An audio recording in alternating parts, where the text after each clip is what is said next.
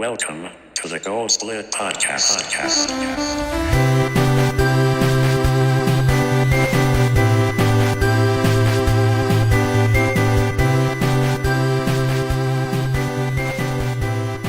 Welcome back to the Gold Split Podcast. I am SquidBird here with my co-host CCNeverender. That's right, and here we are today interviewing the Pokemon Snap God himself. Whoa! With many O's. Many O's. Too many O's or just enough? You never have too many. Good That's what I think. question. But depending on the platform, I change the number of O's. So really, pick and choose. It's whatever the smallest allowed number of characters. I just love the fact that you have an emote that's literally Quo and then more O's after it. That was the max length for the emote. It gives me a giggle every time. Yeah, That's good. I need more. That's the characters QR code, isn't it? Yeah, I'm scared to see what that QR code leads to. it goes to my Twitch channel. Oh, okay. It's nothing I special. don't know why. I think it's going to lead to I don't know. I mean, most QR code readers, you can scan it and it'll tell you the website. Oh, fair enough. Yeah. I just think it's going to be a whole bunch of cat girls or something. I mean, that was offshoot, really. Twitch TOS. But yeah, so for those of you who don't know Quo, he let's just start off with Pokemon Snap because that's really fresh. You got the world record down to 2035, so big congrats on legend. that. Thank you. It's insane. Earlier this year, we had Liam Kings come in and shake up the scene, and then it just seemed like a new world record was happening every week. And then it sort of calmed down for a bit. I counted earlier, and if you count the ties, there were 7 records in the past 3.5 months. Yeah. Since 2019. Yeah, That's wild. And seeing as 2018 had exactly 0 records, that's it's pretty It's funny. nutty. Yeah. And not only was it just oh hey, you beat the record by a couple seconds. The record has gone down 15 seconds. I almost felt like if we had hit 2050, I thought this is really good and people are just not able to beat it. But I think it was just motivation. I don't think anyone And then everyone beat it. Yeah. Literally everyone's beaten that. Levon, debatable, but I mean technically. Technically. We'll give it to get down him. to He the has nitty-gritty. nothing much else. I hope he listens to it now and we trust him. Oh, poor Levon. My baby boy. Love that guy. Indeed. But yeah, Besides Snap. that, yeah. Speaking of Levon, Snap. you beat him in the Pokemon Snap tournament, which finally wrapped up. It only took 4 months or whatever, 3 months. Yeah, Too well, long. taking an hour out of a week is a lot of dedication for some people, so I can understand that. Yeah, we can't all be degens. Exactly. No, I'm actually really happy with how I did. I mean, I got first place, which is understandable so that I'm happy, but also every single race I did, I beat my opponent's PB. Damn. Yeah. That's pretty big. Yeah, you did. I vaguely remember that. I'm always like, oh man, he's gonna have to beat his PB if he wants to compete with Quo. Yeah. Gosh, it's because you're fucking god at this shit. I try. I mean, I also got the fastest time in the tournament, It's true. which is sort of weird to say because the second fastest time was a world record at one point. But Yeah, that's how crazy that tournament was. Literally, there was a world record, and then you beat that as your fastest time, and it wasn't a world record. Right? It was a 2041. 41. There we go. God damn. So how did you get into Snap? Good question. So, I mean, originally or when I started speedrunning? Do we want the whole story? Let's get the whole story. All right. So I never actually owned Snap as a kid. Oh, okay. Me and my sister would rent it from Blockbuster every once in a while. Fuck yeah, dude. Yeah, And then print out the pictures at the little kiosk. yeah, that was a good time. Oh, yeah. And it got to a point where my sister, she's 3 years older. She was 9 years old or something, and she could beat the game in an hour and a half. And I'm like, wow. And then there was me trying to take centered pictures, and I just sucked at the game. Yeah, it was a bit rough, but that was pretty much my introduction to Snap. Then I got it on the Wii Virtual Console, whatever number of years later. Then in 2014, I'd been speedrunning for a little over a year. I was doing, what was I doing? I was doing Ocarina of Time, Minish Cap, Mario Kart 64. I think that was it. And I was sort of getting tired of doing the same games, so I started exploring other options. And I had Snap on a Virtual Console, so I went with that, and that was the introduction. My first was 26, 50 something, 53. Nice. I was gonna say, I kind of had a similar genesis. Well, back in the day, it's like I'd played it a lot, and I have a friend, Benton Cap Sizzle, if you're out there, and him and his brother were so notoriously bad at finishing video games. They had way more video games than anyone should ever own. They had literally bookshelves just full of video games, and they hadn't completed most of them. They would play it for a little bit and then get bored and move on to another one. And so every once in a while I'll go to their house and we go to their house and they'd be like, "Hey, beat this game for us." I'd be like, "All right, cool." And I'd be like, "Hell yeah, dude, I love this game." And I'd pop it in and I'd play it and I'd do a pseudo speed run of it, because I'd already beaten it before. And there was one time when I popped in Pokemon Snap and I beat it in I think under an hour or something. And I think that kind of stuck with me in my mind because I think it was whenever Satoru Iwata passed away. I did an Iwatathon, and I was like, I want to play some games that Iwata was a part of, which is a fucking shit ton of them. So it's really not a comprehensive marathon, but just games that I owned that I liked. And I did SMS, Super Mario Sunshine, and Pokemon Snap. And then that's when I first was like, you know what? I think I can speedrun this. Yeah, that also reminded me of a time when I was a kid. I wasn't trying to beat the game as fast as possible or anything. I just popped in Pokemon Snap, made a new file, played it, and then a few hours in, I'm at the credit screen and I was like, what? I just beat this game in a few hours. In one sitting? That concept was just so shocking to me. Mm-hmm. That I could just sit down, start a fresh game, and then beat it. Something similar happened with Mario 64, actually, where I was a little older at the time than in the Pokemon Snap scenario, but must have been 12. I had my friend over, and we spent an entire night, probably around 2 days, because he slept over. We beat Super Mario 64, 120 stars. And it was really crazy to us that we beat the game in less than 2 days. Which, nowadays is kind of yeah, of course you can. But and here we are now. It's just interesting to, look back to when you thought beating a game super fast was a huge accomplishment. And now it's yeah, that was a shit time. Died so many times. Pretty much. No strats. Dude, it's not even a PB. Re-entered levels. Come on, dude. I wonder if kids today will have the same experiences if they can just go on YouTube and search a speedrun and be like, oh, that's possible. But you sort of lose the discovery aspect of it almost. Real quick before we continue, CJ says he has a story. Do we want to just have him pop in? It seems weird, but I'm okay with it, I guess. Let's do it. All right. Yeah, CJ. Introduce yourself, Story CJ. time. My name is CJ. It's all good, and I'm an alcoholic.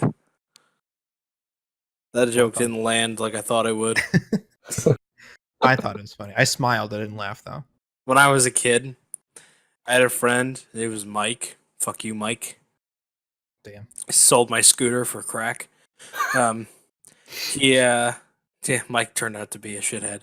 But yeah, there's a lot of people named Mike, so he probably won't listen to this.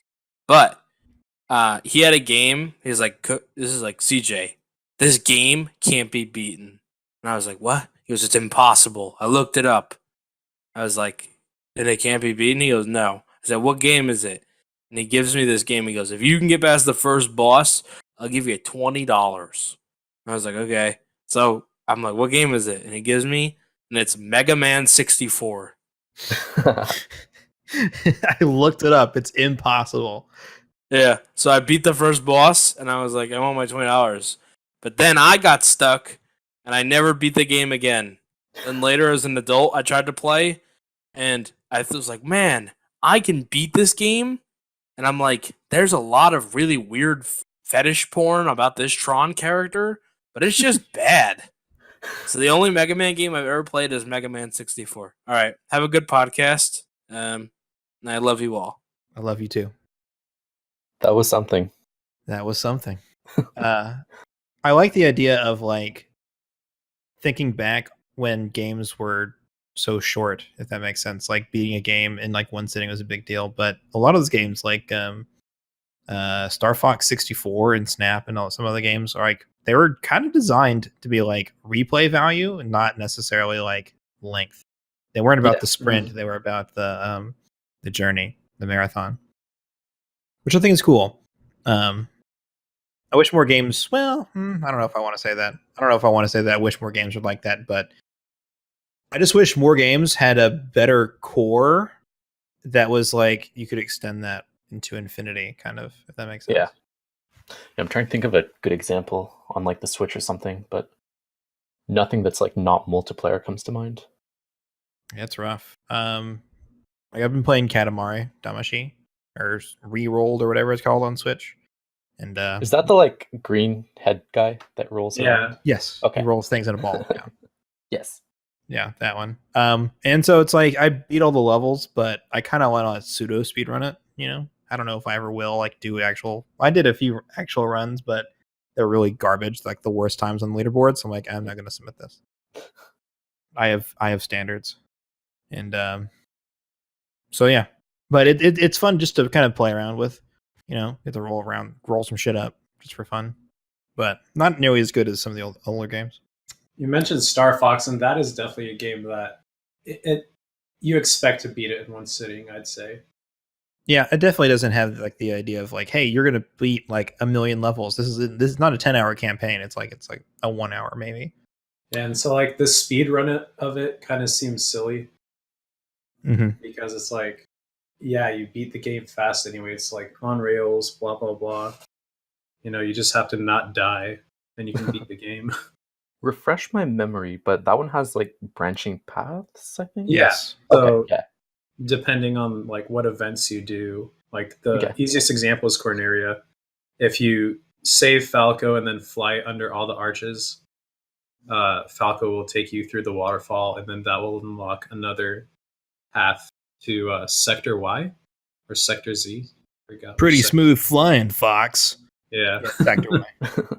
I think Sector Y, because Sector Z is Metroid. Yes. What Metroid? What?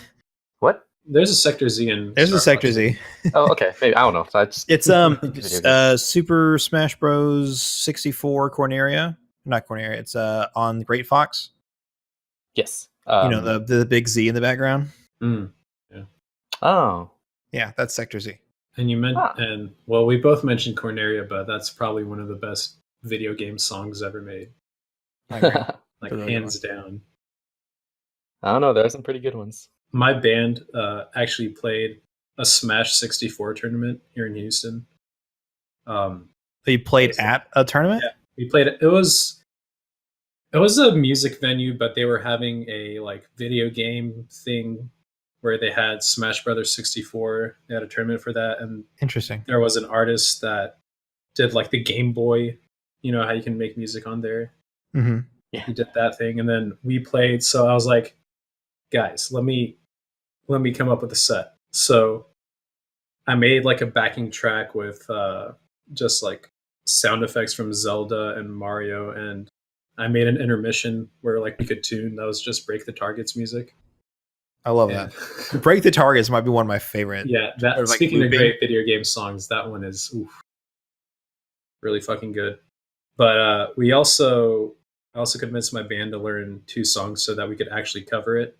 And Corneria was one of them. And then we did F-Zero. Was it Mute City or the other one? Pretty sure Mute City sounds right. Or Big Blue. Those are the 2 like sure big it was ones. Mute City. Mm-hmm. That from 64? It wasn't from 64. It was from Melee. Yeah, I think so. But no, that's definitely Mute City though. But I don't think they had an F-Zero track in 64 per se.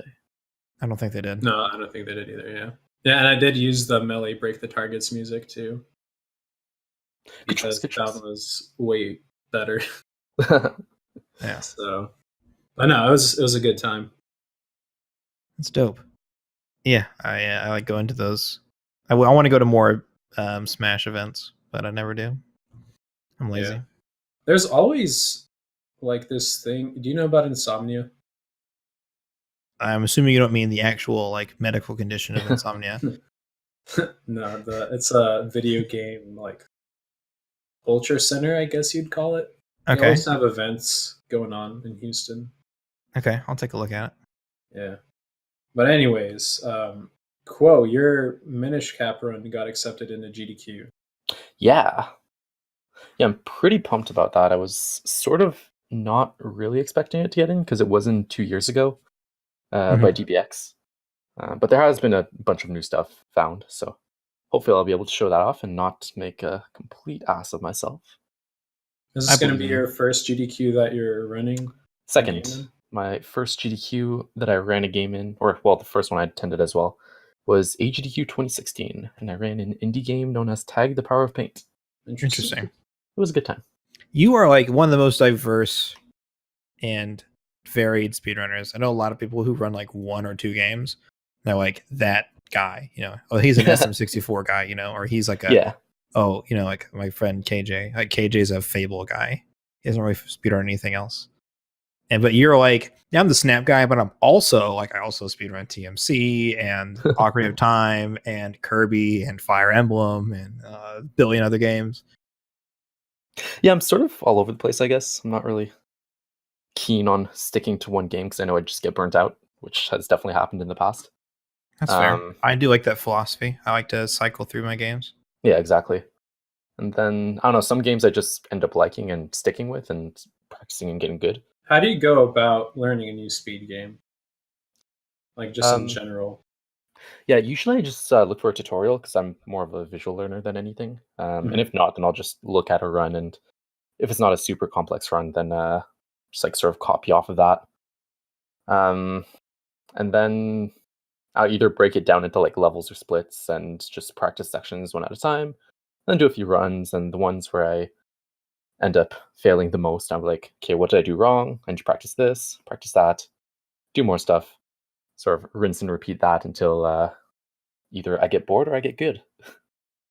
And is there like any sort of criteria that you look for when trying to find a new speed game? Either, yeah, I guess. Either something where like the mechanics of the game are cool or the route is cool, basically. So like I'm sort of dabbling in Mario Kart 8 right now, which it's pretty fun. It has some pretty interesting mechanics, which I'm sort of liking right now, and like the feel of the game doesn't suck, basically, which is nice. Yeah, so well, the other thing that I might look for in a game is like Fire Emblem Awakening, for example, has a really cool route. So like the entire route is sort of devised on getting one character like super strong and just steamrolling all the bosses, or like routing all the chapters and stuff like that. So I found that really cool. So that's like something else that I might look for in a game. Yeah, I find that sometimes I'll play a game. I'm like, man, this might be fun to speedrun, but then I kind of realize it's just me playing the game, but fast. If that makes sense. Yeah, and it gets it's kind of boring, you know. Isn't Snap like that though? Snap is good though. I like Snap a lot. I don't know why I like that one a lot, but I'd also try to think of games that like I'm like, oh man, I'm not doing anything cool, or I'm not doing anything in particular. I'm just kind of playing the game with the timer on, you know. And then it's kind of like, what am I doing? You know, it's hard to find that balance. Yeah, on one hand, yeah, but like on the other hand, glitchless speedruns are basically that, and a lot of them have like pretty interesting tricks, I'd say. Minish Cat, for example, has, I mean, it doesn't have like the most in-depth tricks for glitchless run, but it still like has its moments, has some cool fights, it has some cool movement options and stuff. Yeah, but yeah, I'm just trying to think. I've played a couple games lately, and I can't remember what they are. And off the top of my head, the only one that comes to mind is the free ones, which is the one I suggested to you. The free ones looks cool. It's just like a grappling hook kind of game, but it's really simple. It's like made in Unity by like some college students or something. It's nothing crazy. The storyline is garbage, right? It's stupid. But at the same time, it's like just shut it up, turn that volume down and just play. It's really fun. So, but yeah, Squid, what do you look for in a speed game? That's a good question. Well, all the speed games. Well, I only have like 3, I guess. I picked up Mario because I played the game as a kid, and it was one of the games that I would play at least once a year, anyways. And then you're watching a speed run, and you're like, I wonder if I can do that. And then you get down the rabbit hole of just eternal suffering and trying to better your time. Pokemon Snap was pretty much the same reason. I was thinking about like other speed games or other games that I wanted to try. And then Pokemon Snap, for whatever reason, came up. I was like, I wonder if they speedrun this game. And then, found y'all and really enjoyed that. Star Fox isn't really a game that I played a lot of, or that I would consider as like one of my favorites. I just kind of picked that up because I saw Archie speedrunning it, and I was like, this looks pretty fun, pretty chill. I also picked it up because I saw you and RT playing it. I was like, you know what? I bet I could beat them, and I can't. I don't think, but yeah, just a cycle. I could like put more time into it, but for whatever reason, it just doesn't seem worth it to me. Yeah, same. I don't get a lot of satisfaction out of playing that game, but I am looking into other speed games eventually that I want to try picking up. And Super Monkey Ball is one of them. Oh my. And Banjo-Kazooie. Basically games where, you just want to keep reminding to yourself that you hate yourself and enjoy suffering and all that stuff. Just like super like one of the things that I really do enjoy about speedrunning is that I don't consider myself like a gamer in the sense that I'm not really good at video games. I have never had like a real knack for them. Like I've always enjoyed them, but I never considered myself to be good at a video game. And putting so much time into Mario 64 and just seeing my time get lower and lower, despite all the suffering, is one of the greatest feelings ever. Is just seeing that I'm putting all this work and effort into something, and it's shining through that. Yeah, you have like quantifiable times that like you can see you're actually getting better. Exactly. As opposed to like tennis, you don't know if you're getting better, right? Exactly. Yeah. And it's like I could kind of now consider myself, after over a year of speedrunning or whatever, I can consider myself like pretty decent at, a video game or a few. So, that's pretty cool. Yeah, I feel like we've talked about it before. Good. I like the thought of doing something incredibly difficult. And especially with speedrunning, I don't have to worry about beating someone else. It's just me versus me. Can I be better today than I was yesterday? And that is a really cool thing for me. Yeah. So I guess, things that I look for in a speedrun, just room to grow and improve as a video game fan and player. Yeah. Monkey Ball has a lot of that. Yeah, it does. I was playing it casually on stream, and I was like, this game is insane, and I'm not even speedrunning it. And then, you watch like Zelda or Barhunga do expert runs, and you're like, what? Yeah. This is insane. Master or whatever run type they are, and just like, holy shit, how are you guys, one, able to beat these levels consistently, and two, do them fast? But I guess it kind of comes muscle memory. You find the route, you just learn the route. You don't have to worry about guessing. Yeah. We mentioned that you have the Minish Cap run at SGDQ, and right now, just so happens that we have Pace going on. Have you been watching any of that? A tiny bit, but I haven't been able to catch much of it. Definitely not as much as I wanted.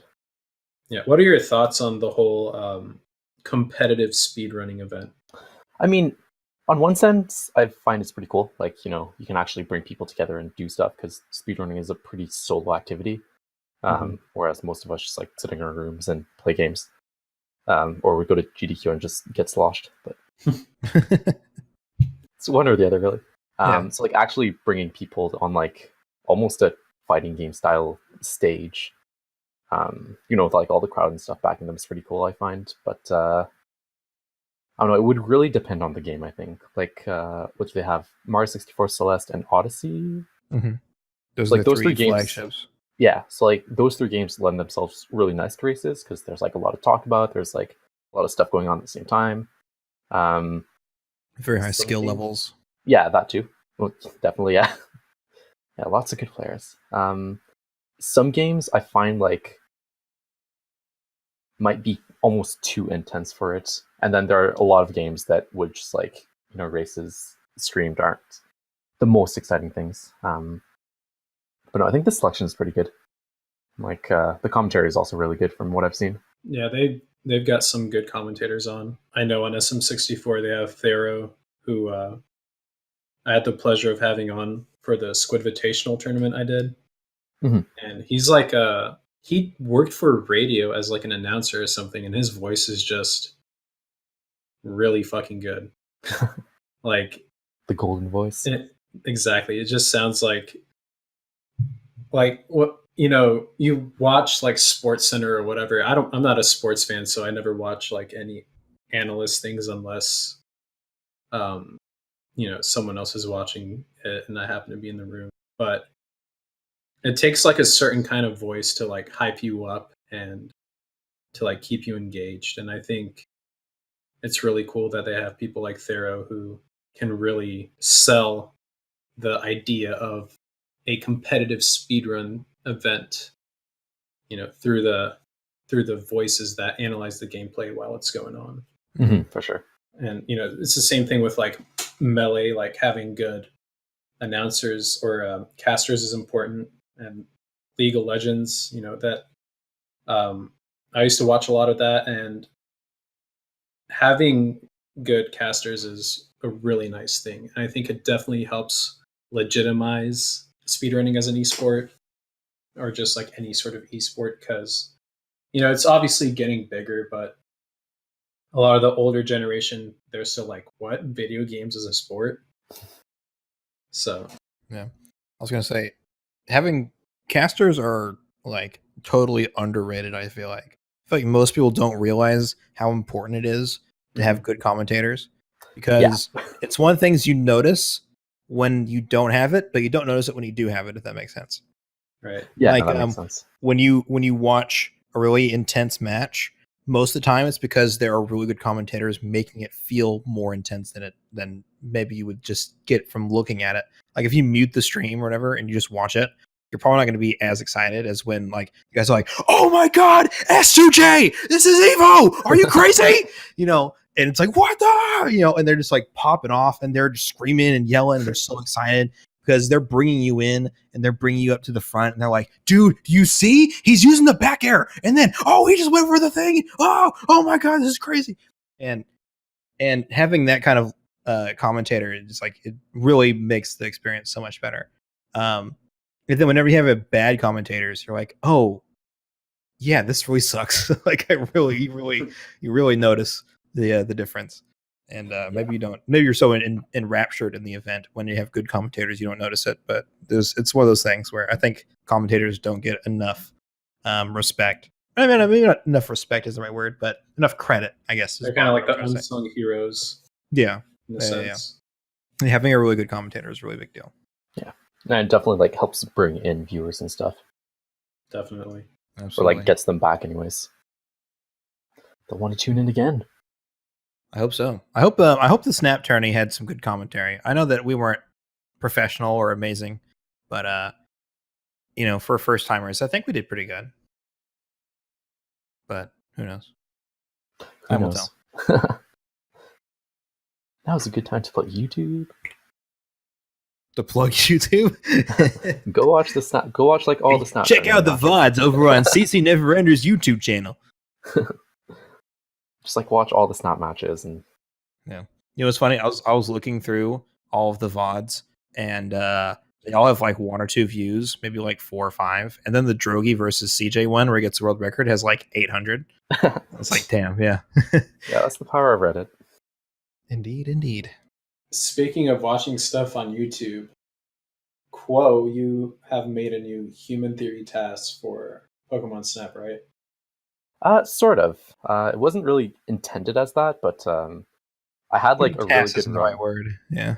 Well, yeah, no, Snap doesn't have task tools, unfortunately.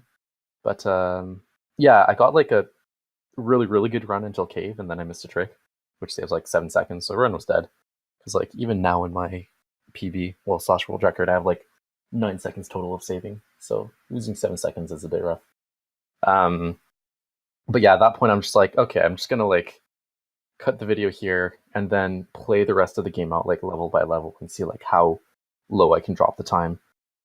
And I only spent like I think 3 hours total making it, so it's not like the most optimized thing ever. But it's pretty cool. I'm pretty happy with what I got. I wasn't expecting to get the time that I got, which was 2028. So I can't say I'm disappointed. Yeah. I was gonna say, if you tried to like almost tie your gold on every single one, that'd be your sum of best, essentially, plus a second or two. Yeah. What is your sum of best?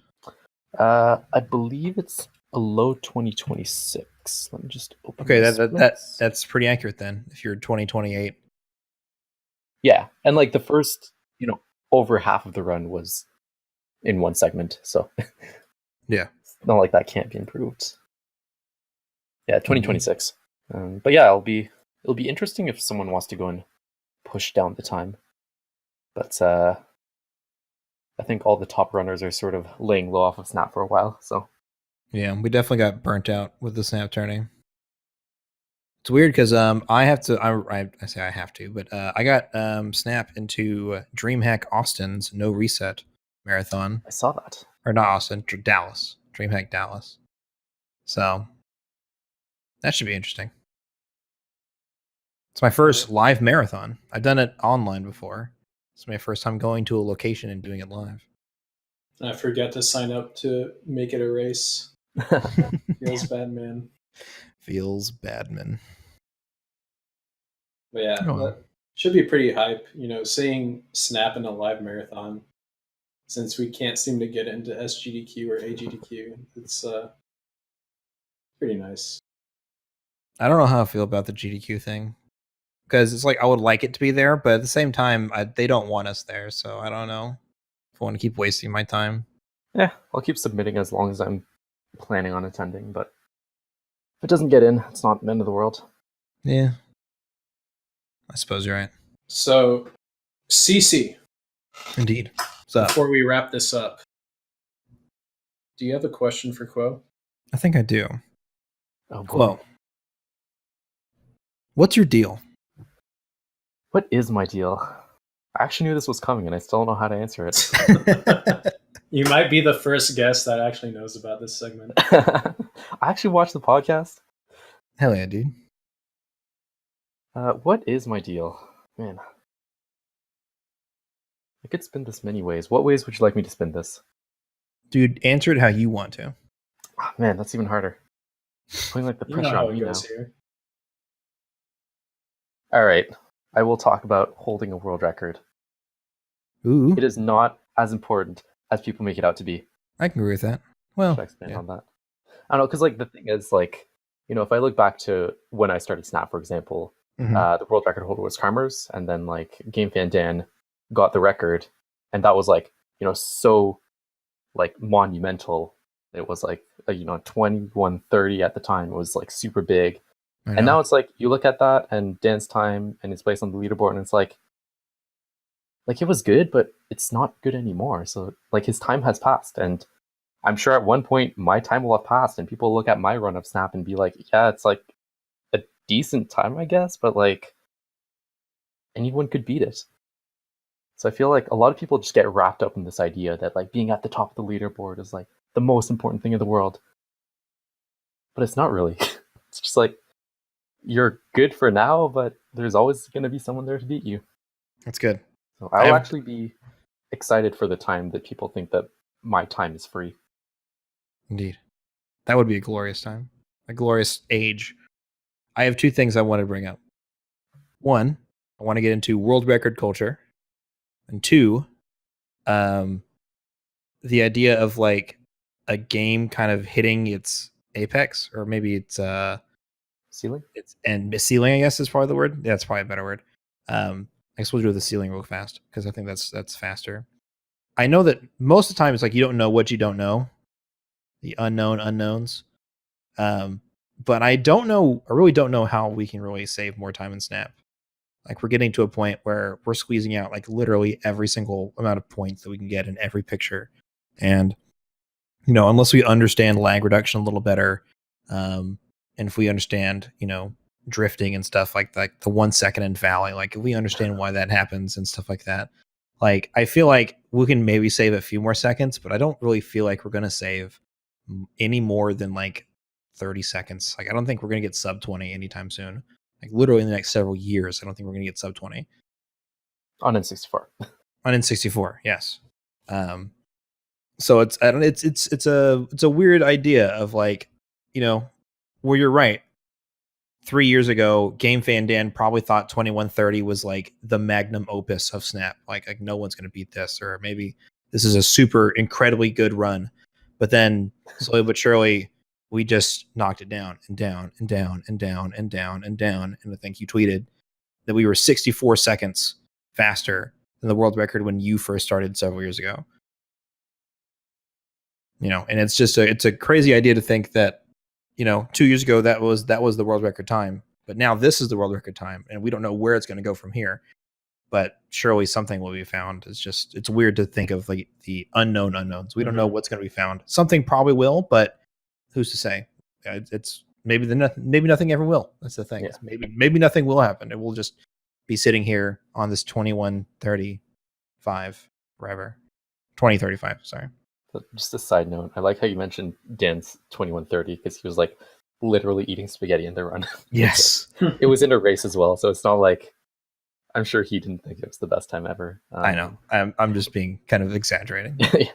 But yeah, no, I definitely agree that like at one point there will be like a hard ceiling, and we'll be like squeezing out frames, which will be a rough time. But that's the path we're going down right now. But such is the speedrunner's way. Yeah, well, life sucks. What can you say? I don't know. I feel like in like 10 to 15 years, when Snap can finally be ran on an emulator, we'll actually be able to understand things.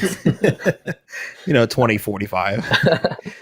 Yeah, no, like I think of other games when like, things got like really, really optimized, and then like something was found and it saves like 3 minutes, and then the game just like explodes again, and then something else is found and it saves another minute, and just things like that will just keep happening. Like if you look at SM64, for example, the 120 star task, which is like 4 years old right now, is like 1 hour 20 minutes and 40 some odd seconds. So it's like still 17 minutes faster than the record. Yeah. So That's there's insane. a lot of, depending on the game, obviously, like Snap's ceiling is a bit more evident since it is on Rails, or close enough to on Rails that you can call it that. Yeah.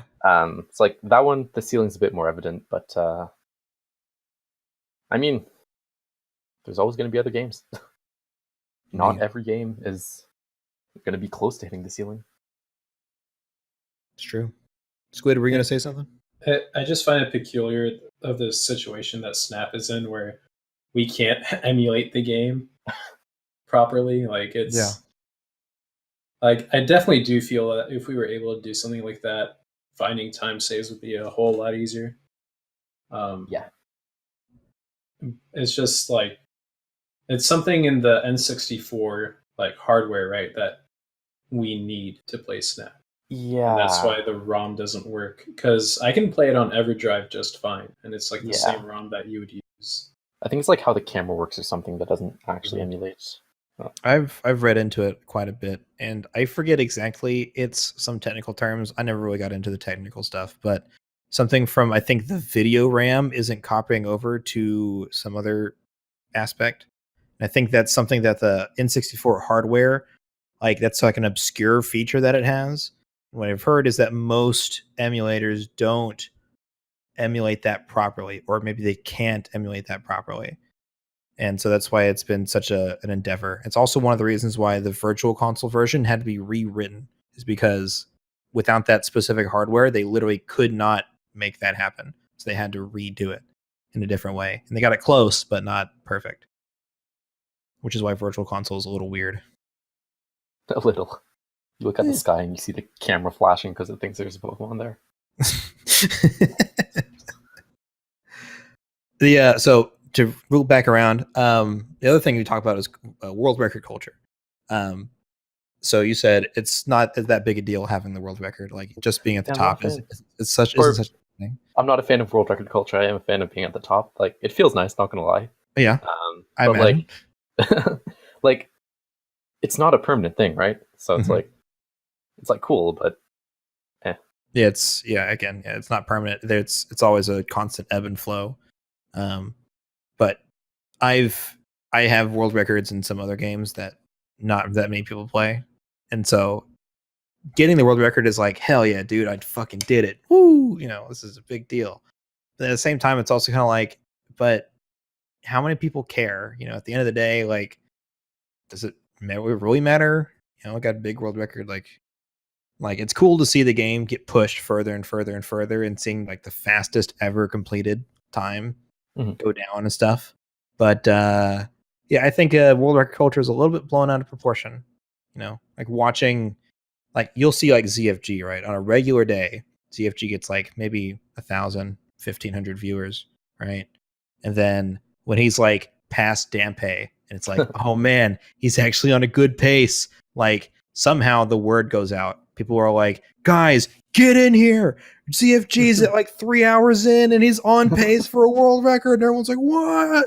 Wow. And then like this chat swells to like 4K plus, and a whole bunch of people just show up because they know that he's 3 hours into a 4-hour run and he's on pace to PB. And I don't know. It just feels weird that people put so much of an emphasis on that idea and not about like just hanging out and community and stuff like that. I think it definitely varies on community. OOT or SM64, like, world record is always going to be a big deal to that community because so many people run that game, and it's, compare it to like a game that quote unquote nobody runs.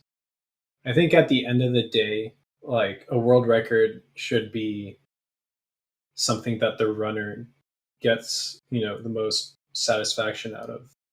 It's like their work, their achievement. They can, put the game down knowing that they played so well that at the time they can claim to be the best. And like, as far as like the world record culture around, like OOT or SM64, I think those are always just going to be a big deal because of the more competitive nature in those games that doesn't really exist in other speed games as heavily. Although, to sort of counteract that point, and also agree with it weirdly, so honestly, I think the most important thing, if we're like looking in that area, is like, what kind of a mark are you leaving on the game? Like, if you think of Siglemic back in 2012, everyone knew his name, and now he's at pace, and like, so many people are excited for him, even though he hasn't necessarily been relevant, right? But he left like such an imposing mark on the community that like everyone's super hyped for it. So if you think of like, ZFG, I don't think you would find anyone that says that he hasn't left a mark on OOT. He has had like records left and right since like 2007.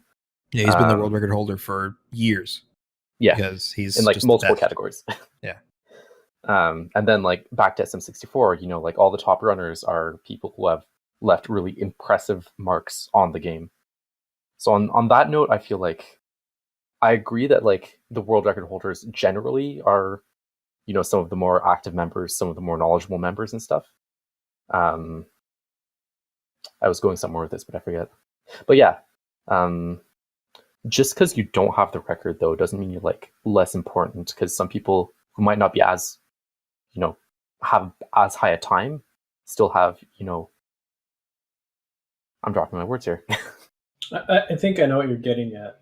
Yeah. You're basically saying that like their impact on the community holder sometimes tends to get all of the spotlight for a game. when in fact there's like so many other people and like In a sense, yeah. other achievements that not only are super important to the game but made that world record by that person possible. Yeah, like- pretty much. Like you think of all the strats that were found in SM64. I don't think Cheese necessarily found a strat. I could be wrong. I'm pretty positive that Punkay never found a strat. But they are seen as the SM64 gods, right? Mhm. But it is the work of the entire community that went into that world record. And I think, as far as like the community goes, that's really cool to see, just like the culmination of all this knowledge and, one person's effort and work. I think seeing a world record like that is really cool. And, but you're arguing that, they're not the most important person. And, no, for sure. Like they just happen to be the ones who carry the torch. Yeah. Sort of like the actor versus producer thing. Mhm. For sure. We can all hope to leave them some sort of impact on the community. I would Hey, hope that I leave something behind. I know I left my Squid Slowpoke strat, so I'm happy. It's true. Still true. used to this day. To this day, I teach everybody Feels about it. Anytime I'm like, I see like, oh, Drogy's just doing it manually. I'm like, dude, do you not know about the Slowpoke, the Squid strat? What are you doing? Like, it's perfect. Use that instead. I don't even know how I found that. Like, it's just so weird. There you It's go. like look up, look at the corner, throw some apples. Oh, I It got worked. Slowpoke. It's just so funny how that stuff like that comes about. Indeed. Yeah. That's always like the best ones though, right? It's like somehow you just randomly come across like, oh hey, here's a setup that just happens to work. It's okay, cool. It did. That's it. Ad hoc, whatever you want to call it. Like sometimes you try to go out looking for a setup and then just don't get anything good. Other times you just like stumble across it and you're like, oh hell yeah, let's go. I tried doing that with the Bulbasaur in River because CJ came into my chat and I forgot how the topic came up, but we were talking about like finding strats, and then like I was messing around with like taking Bulbasaur pictures, and I was like doing some weird setup that worked like 90% of the time. Yeah, you like look at the water and then at a certain pixel or polygon, like look up at the leaves. Yeah. Once the That's what I leaves do. line up with the mountain in the background, you look down and throw in a pester. Yeah. Oh, mine is way Count to simpler. 3. Yeah. Count to 3, do the hokey pokey. That's Get up, turn around real that's fast. all about. That's what it's all about. All right. But I think hey, that's what this podcast is all about. Hell yeah, dude. So We're all about time saves. What is Hell this yeah. podcast The gold about? split. who knows, dude? This shit's just whatever. I don't think we even know what our podcast is about. But I like doing our podcast. It's fun having people come in here and chat about stuff. I mean, that's the best kind. Yeah. Hell yeah, dude. All right, Quo, you got any plugs? Anything you wanna you want people to look at, watch? Follow me on Twitter at @DanimeSounds. Anime sounds. Hell yeah. Let's see. I mean, Twitch, QUOOO. I do run some of a lot of games. That's 4 O's, right? That is 4 O's. Okay. I've thought of Quo getting with, it changed. Quo with 4 O's. Thought of getting it changed, but nah. It's a classic. What would you change it to? With 1 O? Just like Quo, QUO. Can you do 3? I think I had to do 4 characters on Twitch. For a while they had it, you could do 3. I'm not sure if you can anymore, but I know I think you gotta wait for the check mark. Oh, do you? About to say, yeah, I think partners probably can. Damn. All right, well, definitely follow me on. No, well, I mean, do, but like, help this man get to partner. Exactly. Dude, retweet that viral tweet of yours. Oh man, yeah, that viral tweet where I call out everyone for having depression. Good times, good times. Good times, good times. Mental health, ha ha. All right, Squid. Anything you want to plug? Yeah, I guess the usual twitch.tv/squid_bird. soundcloud.com/SquidBird. My Twitter is @YouGotMad, YOUGOTMAD. Hell yeah. Is there anything else that I'm right now? King Finn doing all right? Yeah, we'll have an album sometime this year, hopefully. But Okay. I'll probably wait for that to like do the shout out. But yeah, if you, I guess I can mention it. If you like indie rock and you want to hear my band, check out King Finn on Spotify, YouTube, and all that stuff. It's KING space FINN. People always get confused with our name. I My have to favorite tell one you. was someone called us Kingpin. King Finn, let's go. Yikes. I was gonna say like, hell. I don't know if I had not done it before, but I watched some of your music videos. Mhm. I think this is your music videos. It might be totally something else. But I saw a few and they were like really fucking weird. But or maybe I might be thinking of something else though. I thought there was one that was like a guy and a girl. Yeah, that's the newest one. That one. That one was part of like this local movie. Okay. It was like it's actually like part of a plot, like the video. So Damn. out of context, it looks like yeah, some random stuff. It's like what the fuck is going on? It's actually like a movie called Rashomon. Okay. RASH.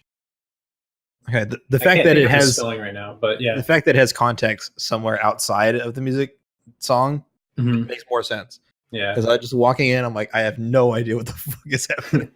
It's actually a really cool concept because it's like 14 local bands that all recorded like a music video like that. Oh, that is cool. And if you actually look at our music video, you can see a girl in the background playing keyboard, and that was like her own project that she was recording a video for at the same time. So we had like 5 bands like recording at the same time pretty much, so you could like if you look close enough you can see like other people in the background. The concept was pretty cool, but yeah, out of context I could definitely, it's definitely strange, but yeah. It's the latest thing we have out right now, but new album soon, TM. Yeah, I'm excited for that to come out whenever it comes out because it's been a long time in the making. But yeah, I do that as well. I play guitar in a band. CC, what do you got? So by the time this episode goes out, I hope that that I will have the DKC Speed Doc video out. It is in the final stages. I do have to make a couple of changes, and I've been talking with the people in the interviews, and I actually have to go back and make some edits. But beyond that, yeah, Speed Docs. This episode's coming out. It's been a long time in the making. We literally were about to put it out, and then a new world record came out. We had to scrap the whole video and start over. And so it's been taking a long time. So there's that. Tournament just finished up. You can check out the VODs on my YouTube channel. I also have a collection on Twitch. It's a weird VOD collection thing where I organized them all, so you can watch them in order if you want. Beyond that, yeah, check out the Gold Split podcast as you're listening to right now. CJ and I might start a second podcast called 3 Pounds of C. That it's just sort of CJ's crazy brain droppings. So that makes just fucking insane. We had a little preview earlier. Yeah, just sort of CJ's insanity recorded on tape, and follow my stream at twitch.tv/CCNeverender. Check out my YouTube channel. So, yeah. One last thing, Minish Cap at HQQ, 7 p.m. EST. That's right. So check that out on... Is it the first day? Is on the Saturday. I guess the date is important, which would be the 23rd of June. Really? I thought it was at the start. Yeah, first day. You said Saturday. Do you mean Sunday? Sunday, yes. The 23rd. Okay. Sunday the 23rd. Yes. 7 p.m. EST. So, opening day. Quote IRL hype. Let's go. Hell yeah, dude. It's exciting. I'm going to sign my Pokemon Snap cartridge. Ugh, it wouldn't be the first one I signed. Dude, sign the hog.